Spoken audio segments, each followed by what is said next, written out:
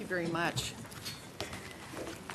Just to sort of finish saying a little bit about my background,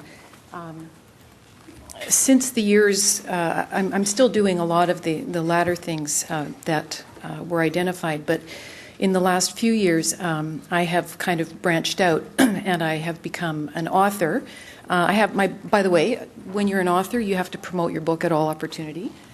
So I want to mention to you, this will be one of the door prizes this afternoon, I've moved into the area of mind, body, spirit healing. I'm going to be speaking to you this morning mostly about mind, body, brain and body actually, but I do a lot of work in the mind, body, spirit area, and a completely parallel track. They don't often overlap as much as I would like.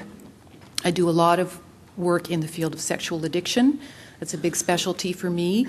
And I had the privilege of addressing a group at the United Nations a few years ago on the group that is charged with the responsibility of endeavoring to end the global sex trade. And I was invited to speak to them about what is it that they need to know about the brains of people who are purchasing services in the global sex trade. And interestingly enough, what I had to tell them is very similar to what I'm going to tell you this morning about why women don't get well and why women have the chronic health problems, for example, that Colleen was speaking about earlier this morning. So those are some of the areas that I'm branching out into. So I want to start by just thanking Kathy Welch and her staff and EVA for inviting me to speak this morning. It feels like a great privilege, and I'm very happy to follow Colleen's speech. I think you're going to find that Colleen's and my talks dovetail very, very nicely, and actually I'm going to provide you with some information that may fill in some blanks for you, some things you were wondering about, some of the questions that Colleen raised for you. So let me jump in. And like Colleen, I have to make a choice between seeing you and seeing my notes, but I have half glasses, so I can sort of do both when necessary.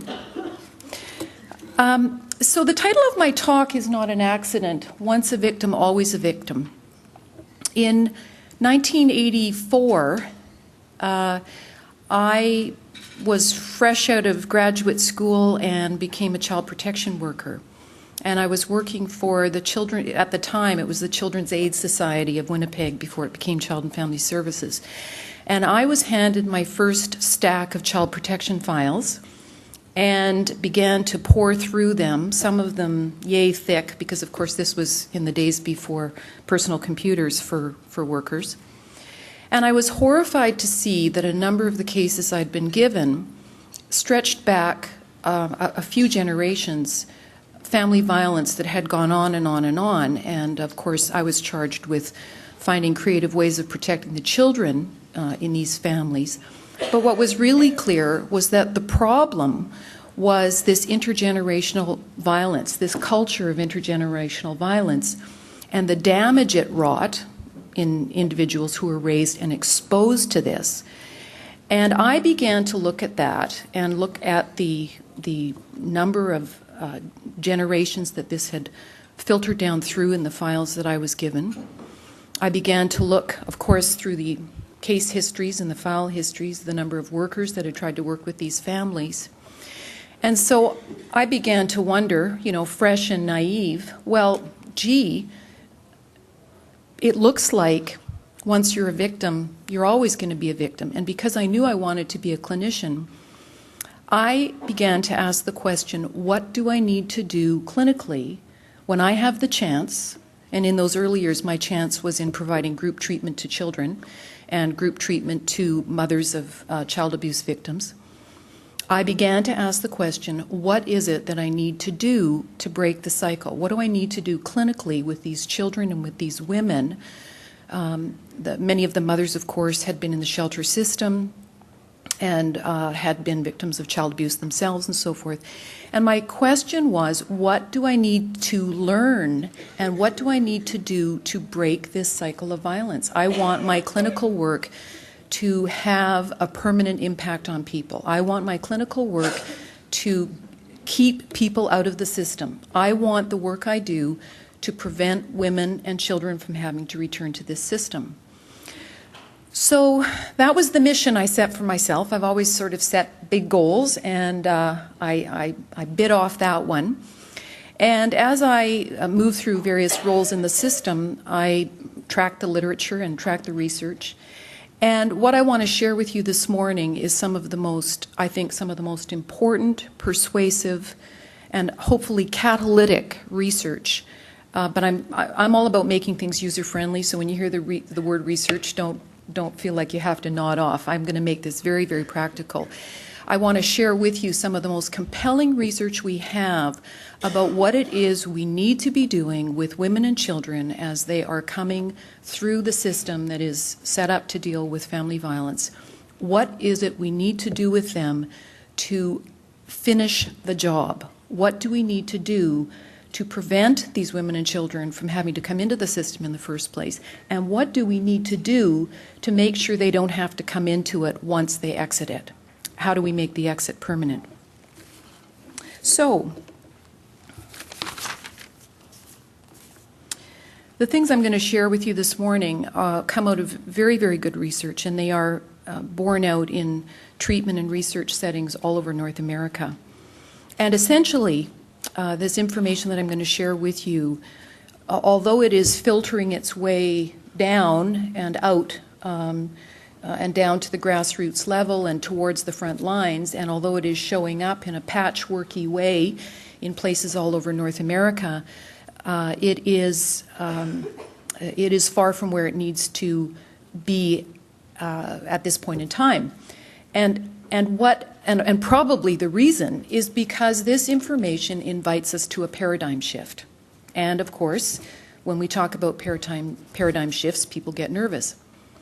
So I want to share with you these compelling pieces of research and information about what is keeping women and children stuck in the system, and not just women and children, men too, men and boys, what's keeping them stuck in the system, and what it is that we need to do. How do we need to shift our paradigm fully, not just patchworky and in bits and pieces, but what do we need to do to shift our paradigm fully so that we can begin to change the kinds of numbers and stats that Colleen was sharing with us this morning.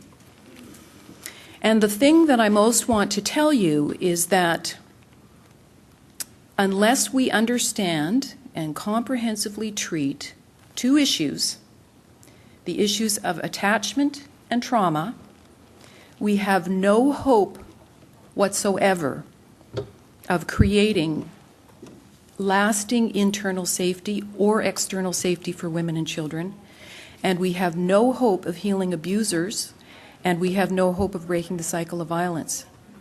Now, I'm not bringing you a message of doom and gloom, quite the opposite. I'm bringing you information that says that that doesn't have to be so. Pretty much everybody in this room, I'm sure, is pretty well versed in the area of trauma, otherwise you wouldn't be here, and lots of you are versed in the area of attachment. But I really want to show you how the two of these things go together hand in hand, and that any clinical work, social policy, social programming, or funding that doesn't take account of the two issues is doomed to fail. So, these are the questions I've learned to ask myself when I am sitting in my office with a woman. By the way, these days I'm still doing a lot of clinical practice. I have a very wide-ranging clinical practice. I treat a lot of complex trauma victims, and of course I do couple counseling and the sexual addiction practice and so on and so forth. But the heart and soul of my practice for many, many, many years has been, actually it's 26 years, has been complex trauma and survivors of one form or another of family violence. And so these are the questions that I ask myself as soon as somebody comes into my office. Those of you who are going to be in my workshop this afternoon are going to hear all of this in a more amplified way. But essentially, I say to myself, who is this woman before me? Is she still essentially a child? Is she miswired through a poor attachment experience right at the front end of her life? And is she miswired through childhood and adult trauma. Because if I don't get what this woman's wiring is and how far back it goes, nothing I do is going to make a difference in the choices she makes when she leaves my office.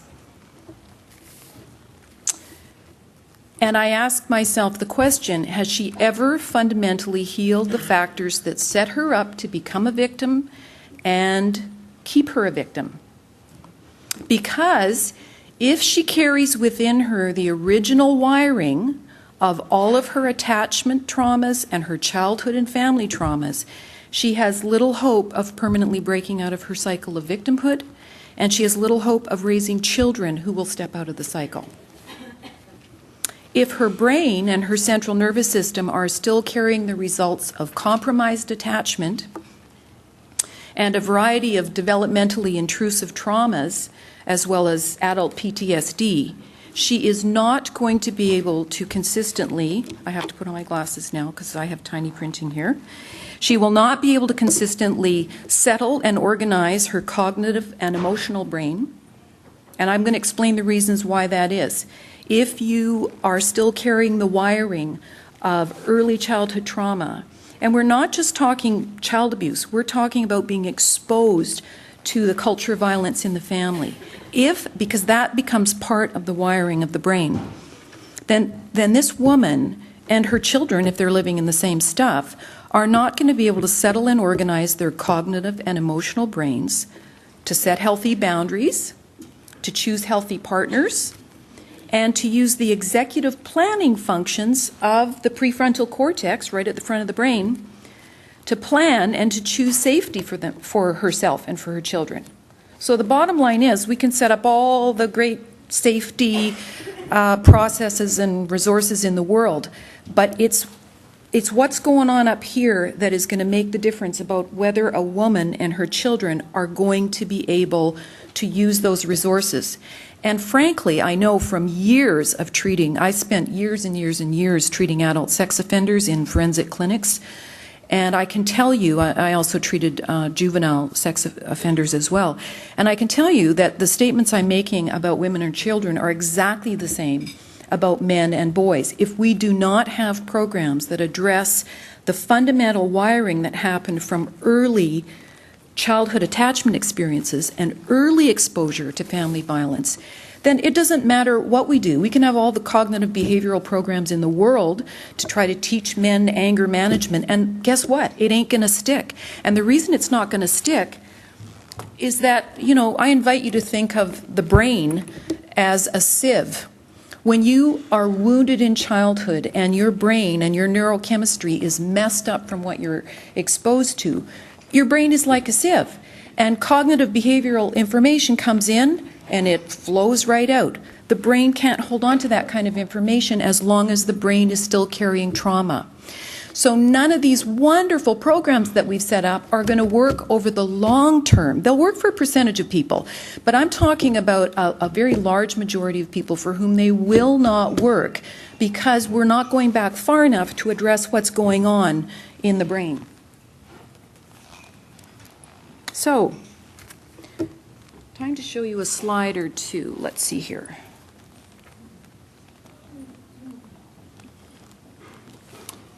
Okay, so I've just said that.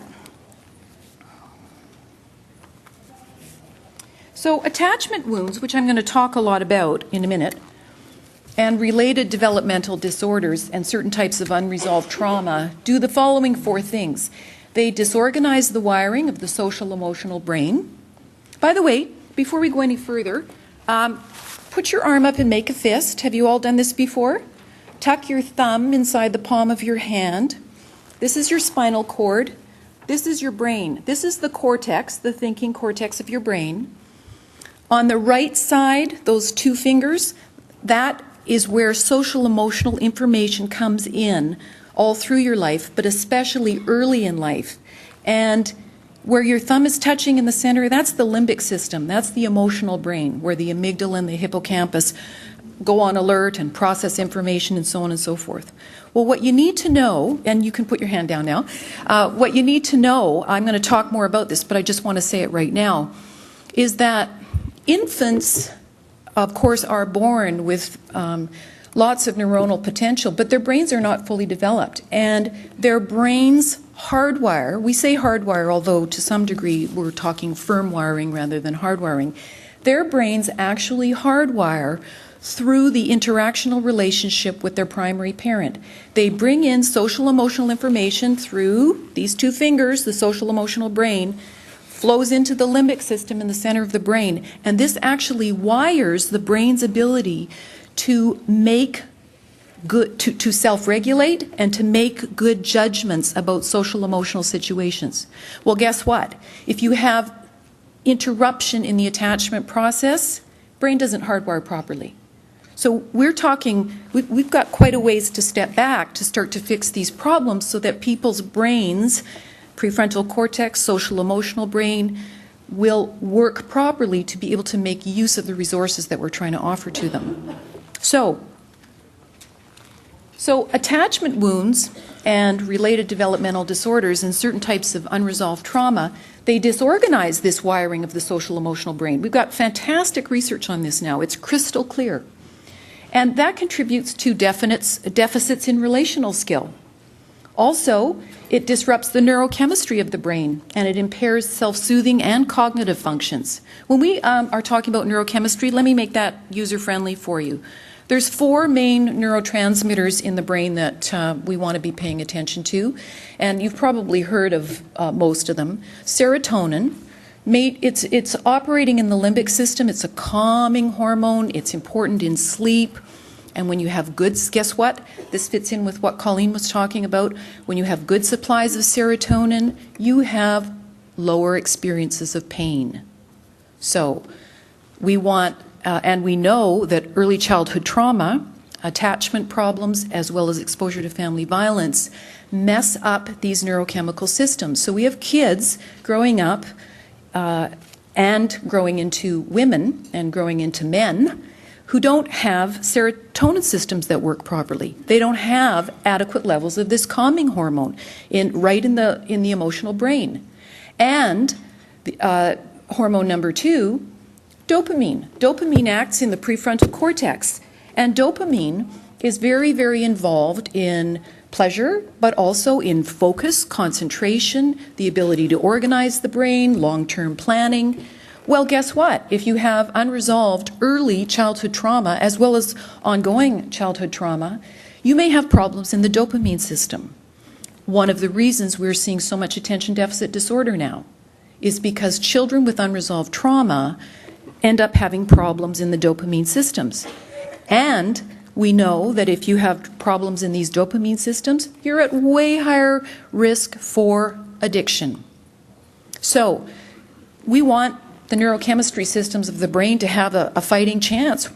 The other 2 that we talk about a little less so are GABA, which helps to promote reasonable sleep, and acetylcholine, which has a variety of functions in the body. So we want these 4 main neurotransmitters to be working in people's brains, or they're not going to be able to feel good, think smart, or take advantage of all kinds of things that are going to be offered to them. So, attachment wounds, related developmental disorders, and certain types of unresolved trauma skew the core sense of self, because the core sense of self actually comes from effective wiring of the limbic system. If this area of the brain is not well wired, your sense of self is going to be off. And that's going to impair your boundaries. And so you're going to enmesh with violent partners. You're going to fuse with violent partners. And of course, if you have early childhood attachment trauma, you're going to fuse, and you've got all these neurochemical and disruptive experiences in the brain, you're going to fuse with that partner and not be able to get yourself away. And finally, these wounds and traumas disrupt the wiring, this part of the prefrontal cortex here, and they impair executive planning functions that are necessary for choosing safety. So, by the way, guys, Your brain doesn't have to be in perfect shape. Most of us have lived our share of traumas. In fact, in the helping professions, a very large number of us have had our share of traumas. And we've all had our nights of sleeplessness or our times where we couldn't plan well for ourselves or whatever. We're not talking about perfection here, but we are talking about a serious level of miswiring and dysfunction in these areas of the brain that leave our clients at a supreme disadvantage to be able to live their lives and plan for their own safety. So,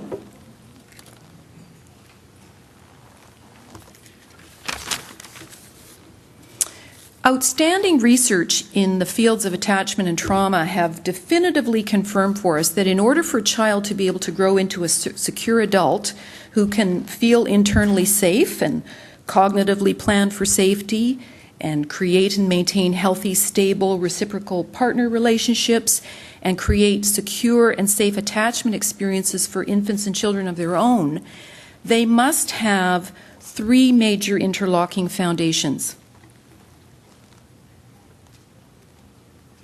They must have a reasonably secure attachment experience, as I've already been saying.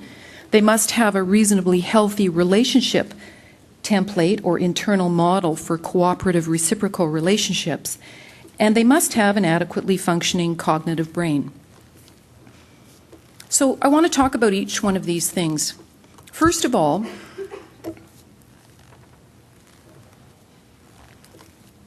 this reasonably secure attachment experience with a primary parent. An individual, in order to be able to do good safety planning for themselves, has to either have had a reasonably secure attachment experience or have done a great deal of healing in that area or have achieved what is now called an earned secure attachment style. And you can achieve, even if you started out with a compromised attachment style, you can actually achieve what's called earned secure just by lots of really good hard work, and therapy is not necessarily required because our brains will heal in a relational experience. And some people that have this early compromise are fortunate. They get into a healing relationship. And the brain, of course, the brain is plastic throughout life, so the brain will begin to heal itself when it's given the right conditions in which to do so. So, a reasonably secure attachment experience wires these parts of the social emotional brain that I've been talking about. So your prefrontal cortex, the right hemisphere, and your limbic system, the emotional brain.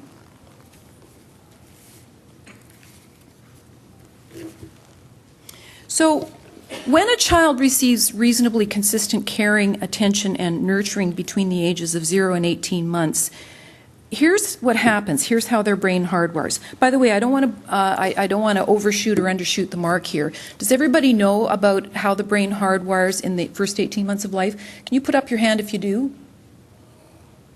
Okay, so quite a few people do and some people don't. So I want to give you just, I'm not going to overwhelm you with detail, but I'll give you a little bit here. What we now know, I remember actually being blown away when I learned this a number of years ago. When a primary parent holds a child and looks at the child, now, you know, we're kind of wired to look at children in a particular way. If we're healthy, we open our eyes and we make little faces and we coo and we tickle and we touch and we use the prosody of our voice, the highs and lows and the richness of our voice to connect with the child. Well, guess what? The child's right front cortex, big part of the social emotional brain, is actually taking in information through the optic nerve and through other sensory pathways as baby lies there in mother's or father's arms. And that information coming from mother or father's face and touch comes in through the optic nerve and other sensory pathways and wires the right front cortex and then goes on and wires the limbic system. There's only a few neurons separating those parts of the brain. So it is critical that a mother be available to be nurturing baby in the first 18 months of life in order for these parts of the brain to hardwire. This is the window, people, 18 months. The brain is continuing to wire up to the age of 10, and at 10 we start having both sides of the brain come online together. But of course we know the brain is still wiring up into the early 20s. The prefrontal cortex is not finished developing in a lot of people right till the early 20s, which is why you have teenagers making such stupid decisions, because they don't have great executive planning function. But this first 18 months of life is really, really critical. This is the window in which the brain is wiring its social, emotional abilities to make good decisions about relationships, to be able to self-regulate. This is the stuff that is preventative. It's preventative against addiction. It's preventative against limbic rage. It's preventative against mismatched relationship choices. That's where it happens. And so you can see where I'm leading with this. If mother is living in violence or is otherwise distracted from her ability to nurture that baby, baby's brain is not going to hardwire with the emotional and cognitive regulatory systems it's going to need to grow up to be a safe person. So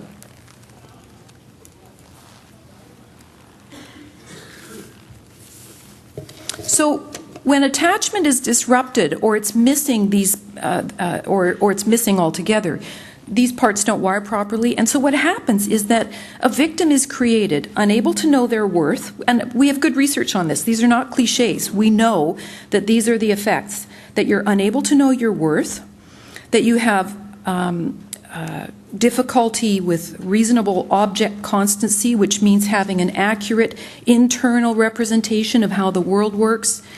We know that you're vulnerable to intimacy failures and disconnected or needy or unable to choose healthy partners, and difficulty attaching appropriately to your own children. And we know that these compromised attachment experiences wire the brain and set the brain up in a large number of people, not all, for certain personality disorders. And we know that there are a large number of folks with borderline personality, which is a profound inability to self-regulate. A lot of borderline personality disorder folks have had a compromise in the early attachment experience. But we also have avoidant dependent personalities, narcissistic, and so forth. And you're looking at the quality of the attachment experience that each one of these individuals had. Personality disorders, psychopathology, is a failure of attunement. If there has not been sufficient attunement between the primary parent and baby in that window of time, you are laying down the conditions for psychopathology. So psychopathology is largely attributable to a failure in the bonding, attachment, and attunement processes. So,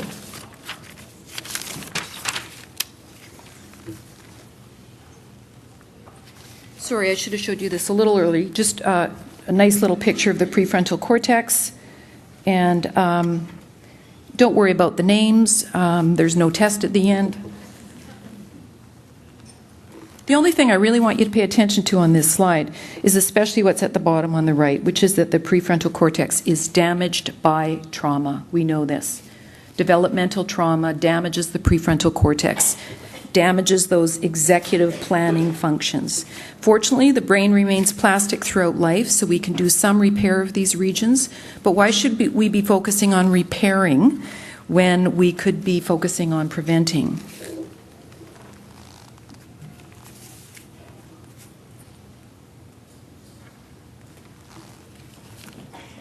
I've already identified some of the ways that trauma damages the prefrontal cortex: impulse control and inhibition. So we're talking about little boys with testosterone as they're growing up who have problems with impulse control and inhibition. So those are the seeds of family violence right there. And we have trouble with affect regulation. I've put in bold the ones that I most want you to pay attention to, which are planning and decision making. When we have this kind of damage to the prefrontal cortex, you can't make use of the resources that you're being given.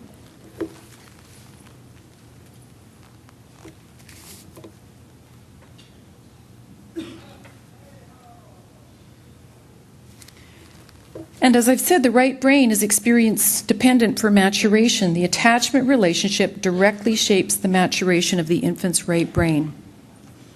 You know, it would be really nice to just find some user-friendly language to explain that to some of the mums that you're working with, to explain to the mums you're working with that when they hold baby, because a lot of them, as you know, didn't get it themselves, so they don't know how to do it. But when they hold baby and they coo and they open their eyes and they tickle and touch and they rock and they modulate their voice, that they are helping to hardwire. They're giving their child a leg up.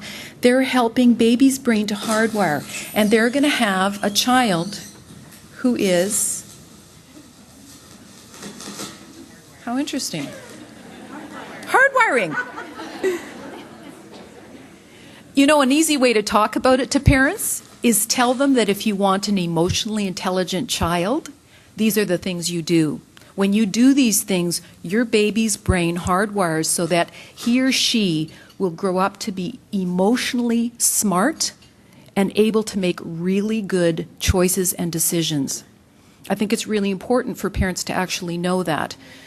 Because it can make all the difference on that one day or that one night that happens over and over and over when they just can't be bothered to go to the crib to pick that infant up.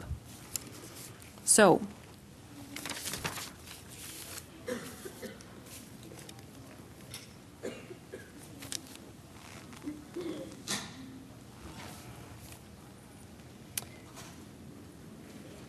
I've covered this in my speaking. This is just a quick note that adult attachment styles provide a clue to whether people have early childhood trauma.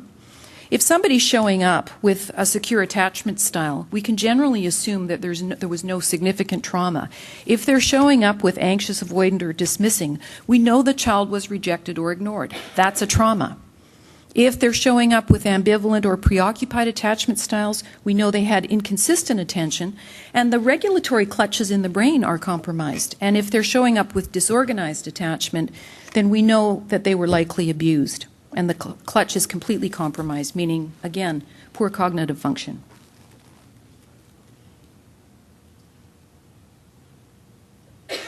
And as I've said, the attachment wounds can manifest in certain personality styles. So the second interlocking foundation that people have to have is a reasonably healthy internal template, relationship template, or model of intimacy. And essentially, it comes from what we see modeled when our brains are still hardwiring. This is really, really important to realize, that while our brains are hardwiring, if we are being exposed to a model of violence, there's all kinds of neurochemical stuff that's happening in our brain that is laying down some really, really dysfunctional tracks for us. So we experience as normal whatever we're exposed to in early childhood because we have no point of comparison. And there's a little saying in neurobiology, what fires together wires together. So if while these neurons are firing in infants and children's brains, they are seeing family violence, they are wiring in a relational template, and that's the normal baseline. So it isn't just sort of social conditioning. We're not talking just about social conditioning. We're actually talking that the brain is wired to experience this as normal. And so our inner representation, or our template, then starts acting like radar for future relationships. And we could have a reasonably secure relationship with a parent, but we could still have a compromised relationship model if we were exposed later to dysfunctional marital dynamics. So you got good bonding with your primary parent, your mother, and perhaps she was alone while she was raising you. That might have been a godsend, actually. So your attachment experience was not interrupted, and you got some good hardwiring, and you grow up to be a person who's capable of attachments. But she got into a bad relationship while you were still in your childhood and while your brain was still hardwiring. And so now you have this internal template that is going to act like an automatic unconscious script propelling you in negative directions. So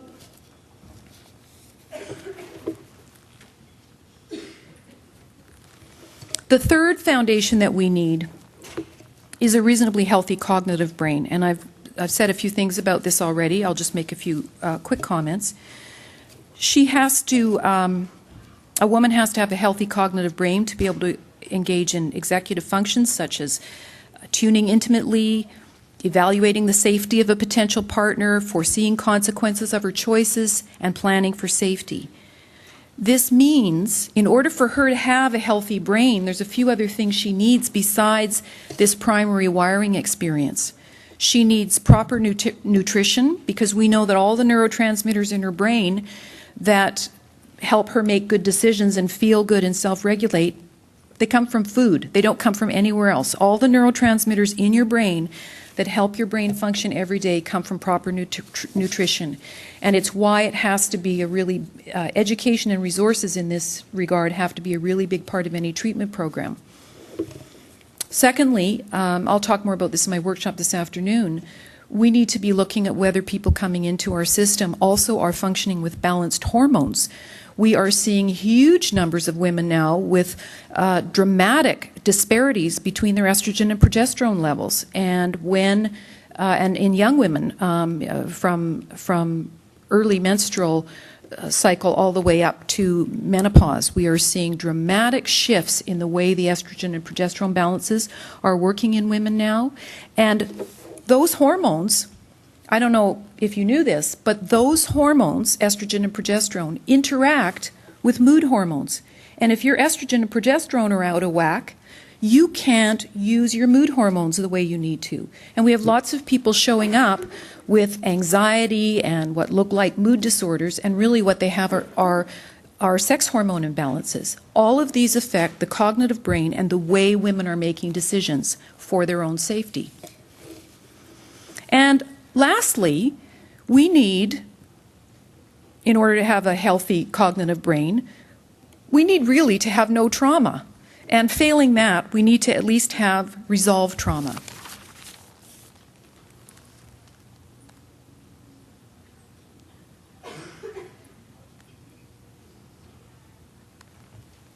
A few quick things I'll tell you about that. The effects of abuse, neglect, and violence miswire the brain. And I actually wanted to, when Colleen was speaking this morning about chronic pain, when you are chronically exposed to the stress of violence, it raises your cortisol levels. You have adrenal glands that sit on top of your kidneys back here, and your adrenal glands secrete cortisol. When you live with sustained high stress, you pump out high levels of cortisol. Cortisol is an inflammatory hormone.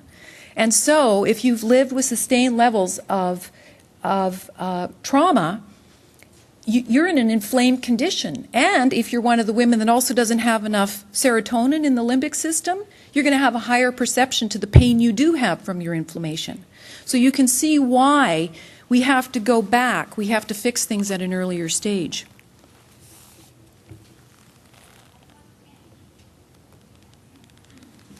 Insecure attachment and chronic trauma can also set children up for what is now being called developmental trauma disorder. How many of you have heard of developmental trauma disorder? Some of you. It's being proposed for inclusion in the DSM-5. Dr. Bessel van der Kolk, who many of you may have heard of, who's a renowned trauma researcher out of Boston University, he's heading the group that is researching this for the DSM-5. And he and his cohort are now saying that this collection of traumas that children experience in the family can no longer be just looked at as a little PTSD or a little ADD or a little this or a little that. That in fact, these things result in a pervasive set of conditions known as developmental trauma disorder.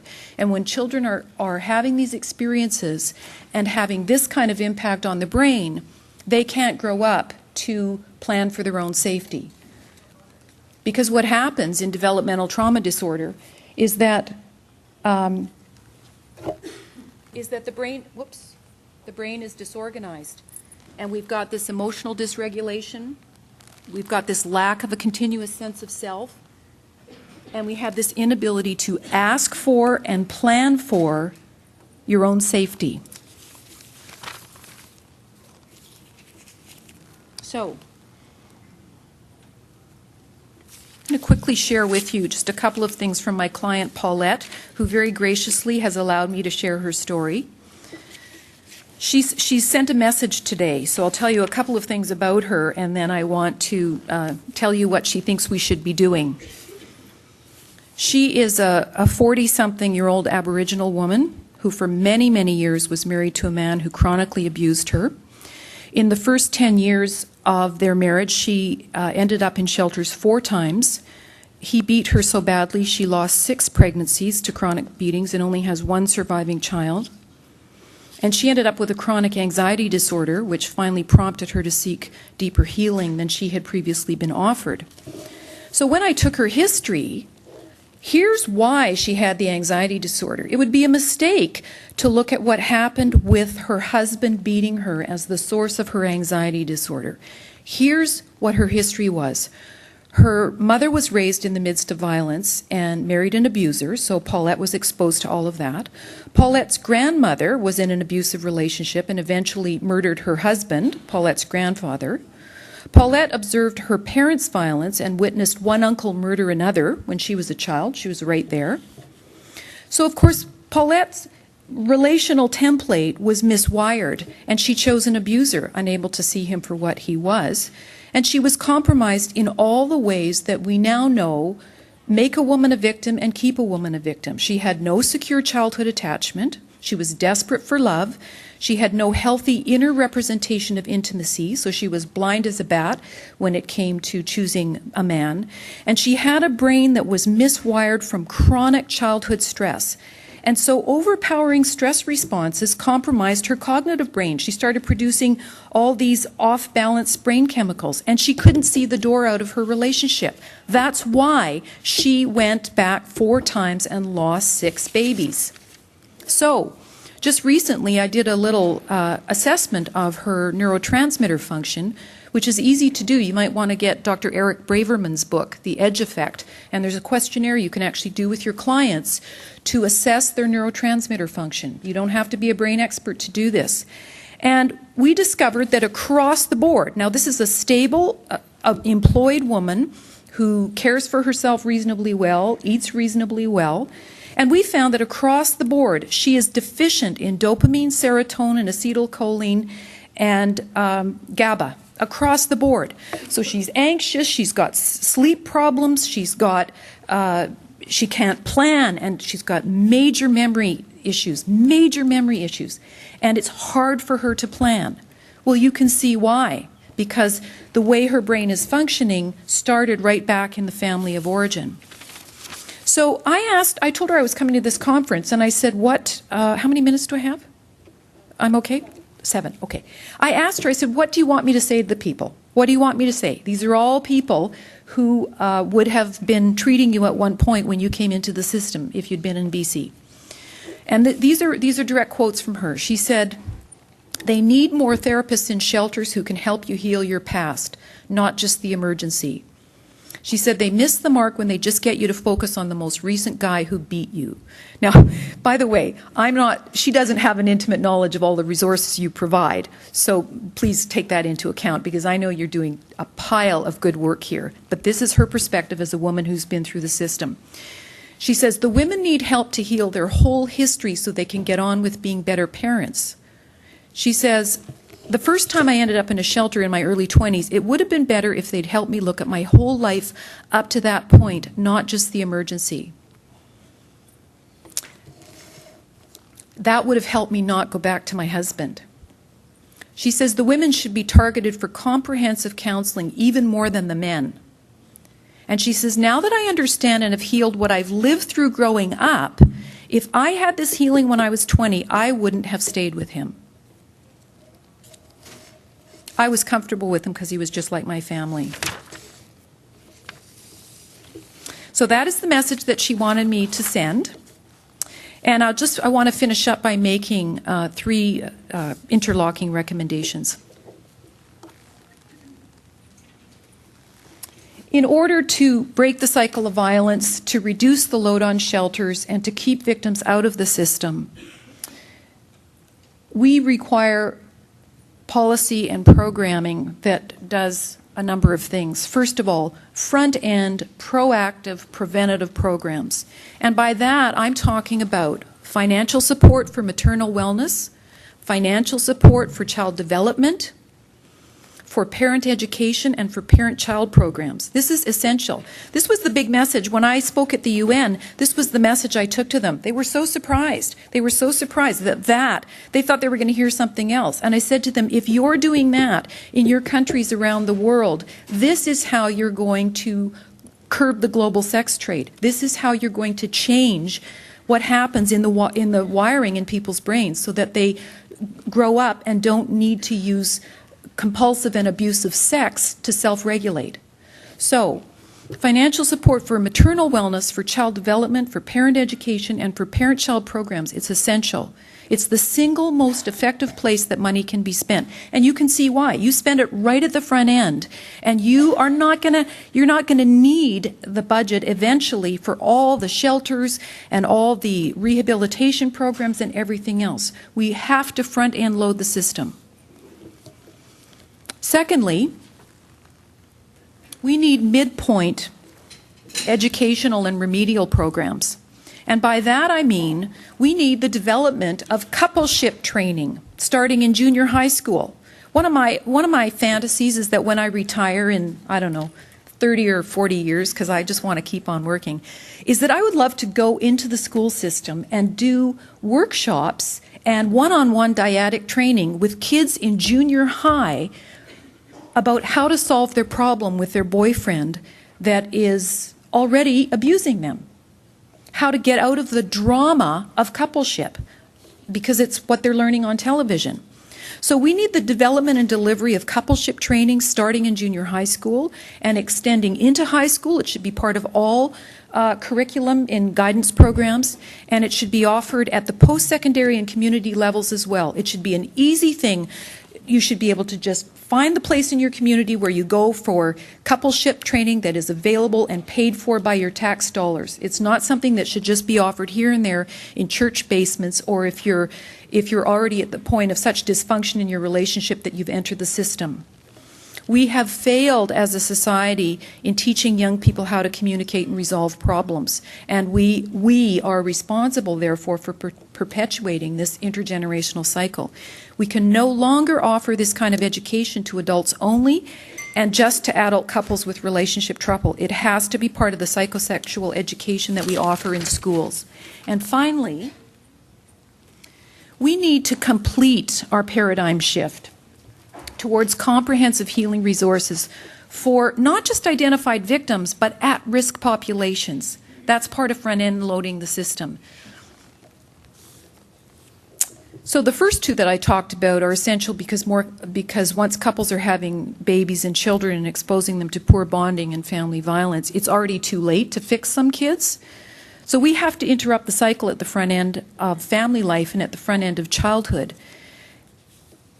And we all know that the personality disorders and attachment disorders and the cluster of symptoms that we see in developmental trauma disorder are very, very hard to treat, and they demand enormous money and time. We need to be treating those things, but that's not where we should be directing the bulk of our dollars. We have to shift our paradigm to the front end of life. And so having said that, one of the things that I believe that is coming out of my 26 years in the system is that how we need to be working with people who are already in the system is we need to be providing efficient, comprehensive psychotherapy that will address the entire cycle of what they have lived through in their lives. And if we do not heal everything that came before the domestic violence experience, we don't have a hope of breaking the cycle.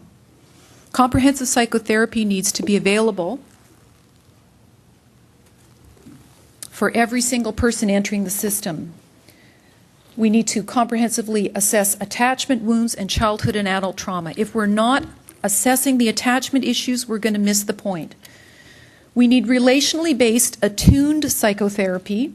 The research is really coming out that that's the kind of psychotherapy that is going to make a difference in helping the brain to change its wiring.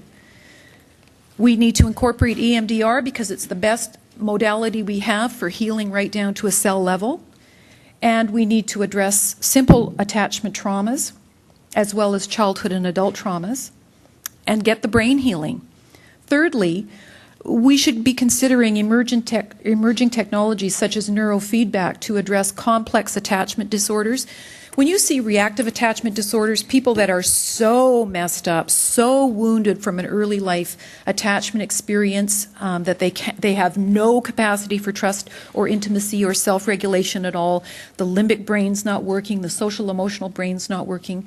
There's some early promising research that's showing that neurofeedback is actually helping to change the way the brain functions in these people. So that's very exciting. So you can look at neurofeedback online. It's sort of the, all the folks that are big in the cognitive behavioral world and EMDR and in a number of other major modalities are all flocking for neurofeedback training now because it is looking like it's the modality that's going to fix the folks that have not been fixed by all those other modalities.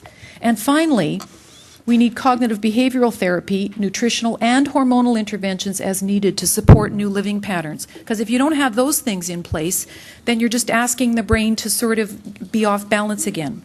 And so lastly,